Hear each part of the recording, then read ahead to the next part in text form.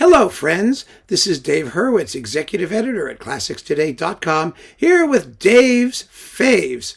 And today I want to talk to you about this marvelous set of Handel organ concertos. Now, when this came out, this is with, Simon Preston and the English concert under Trevor Pinnock. I had no bloody clue what Handel's organ concerti were about. I really didn't. I'd heard like the E-Power Biggs ones that were enjoyable. I mean, they were nice, but I've never paid attention to them. I mean, as music, I didn't care. But this woke me up. This was like a clarion call for the virtues of the period instrument movement, because the performances are wonderful. And what's so interesting about them is that, Handel didn't write out the organ parts as often as not, certainly not in the slow movements. I mean, he would write something like ad-lib, adagio, and fugue. And someone was supposed to ad-lib it because they were written to be played in the intermissions in between his theatrical productions, oratorios and operas and stuff like that. Handel apparently invented the organ concerto. Not that a lot of people have cared and have taken up the challenge, but he did. There weren't many before then. He was, along with Bach, one of the inventors of the keyboard concerto. And Handel's instrument was the organ. This was a little organ, a portable, not portative, but a small organ with just manuals and no pedals, or very few pedals, or only one of them has a part for pedals. So they are light and airy and fluffy pieces. These are not organs like, not that kind of crazy stuff, not churchy in the least. They're Handel. They're full of great tunes and effective contrasts between movements, and they're just delicious. And Opus, they're in two groups, Opus 4 and Opus 7. Now, Opus 4, number 6, actually, is a harp concerto. And thank God, here, they're playing it on a harp. Ursula Holliger plays it beautifully. You know the tune, the opening. Da-da-da-dum, bum-bum-bum-ba. Da-da-da-dum, bum-bum-bum-ba. Remember that? That's the Handel harp concerto. Who knew?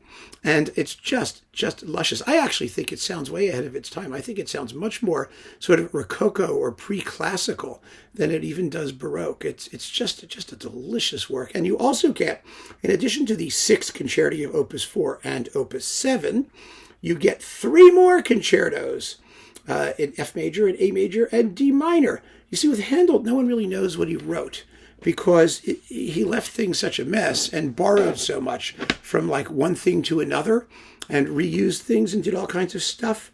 And so that's what happened. But it's so funny to see, like, okay, concertos for organ, Opus 7. You have Andante, Adagio, Largo e Piano, Allegro, organ ad-lib, Adagio. Okay, and then Bourrée. And what they've done for this, I have to say, what they've done, which makes this so smart, is that they have taken, adagios or other bits from his keyboard works. His keyboard has tons and tons of Handel harpsichord music that nobody knows, that nobody plays, and suites and things and stuff that was published under his name, and nobody knows if he really wrote it, and nobody cares. And so Simon Preston has taken some of those movements and arranged them for the organ and performed them in here, which makes so much sense, because rather than having to listen to some stupid improvisation by some tasteless hack organist, we get to hear alternative Handel. Sometimes very good Handel that we wouldn't otherwise be listening to at all. So it was a great idea to complete them by doing that. And you also get, as part of the opus numbered concertos, the F major is also the famous Cuckoo and the Nightingale, because the organ part goes cuckoo and ooh, ooh, ooh, or whatever nightingales do. I have no idea what nightingales do. I assume they do what the organ does here. That's how I learned about birds. So, all things considered, I mean, you've got the English concert in excellent form. Trevor Pinnock, who was really a very fine conductor in so many things. And this is just one of the great Handel sets, I think. I think it's just amazing. And I return to it very, very frequently and enjoy it. And if people look at you strangely when you say that you're listening to organ concertos, you just look back at them and say, ha! Your loss. Because it's just great, great music. It's fabulous disc.